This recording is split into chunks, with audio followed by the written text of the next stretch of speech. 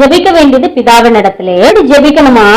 பரமண்டலங்களில் இருக்கிற எங்கள் பிதாவேன்னு சொல்லி ஜெபிக்கணும் அப்படின்னு சொல்லிட்டு சொல்கிறார். அப்போ எந்த ஒரு நபரும் பிதாவை நோக்கி நீங்க என்னுடைய அப்பா நீர் அப்படின்னு சொல்லிட்டு சொல்லணும் அப்படின்னு சொன்னா ஒரு ரிலேஷன்ஷிப் ரெண்டு பேருக்குள்ளயும் இருக்கணும். நம்ம யாரையும் பார்த்து அப்பான்னு சொல்லிட்டு கூப்பிட்டு எதையாவது ஒண்ணு எனக்கு தாங்க அப்படின்னு சொல்லிட்டு அவங்க இடத்துல கேட்க முடியாது. நம்மளுடைய சொந்த அப்பனிடத்துல நம்மளுடைய உறவு முறை சரியாக இருக்கும் பொழுதுதான் நம்ம போய் அவர்களை அப்ரோச் பண்ணி எனக்கு இந்த காரியத்தை நீங்க செஞ்சு கொடுங்க அப்படின்னு சொல்லிட்டு கேட்க முடியும். அப்போ ஒரு மனிதன் முதலாவதாக ஜெபத்திலே தேவனிடத்திலே நெருங்கி சேரணும் அப்படின்னு சொன்னா அவனுக்கும் பிதாவிற்கும் இடையிலே இருக்கிற அந்த உறவு அப்படிங்கிறது சரியான உறவாக இருக்கணும்.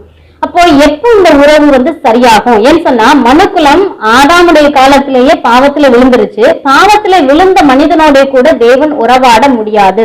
ஏசாயா 59 தேவன் இப்படி குறிப்பிட்டுகிறார், இதோ ரட்சிக்க கூடாதபடிக்கு கர்த்தருடைய கை குறுகி போகவும் இல்லை, கேட்க கூடாதபடிக்கு அவருடைய செவி மந்தமாகவும் இல்லை.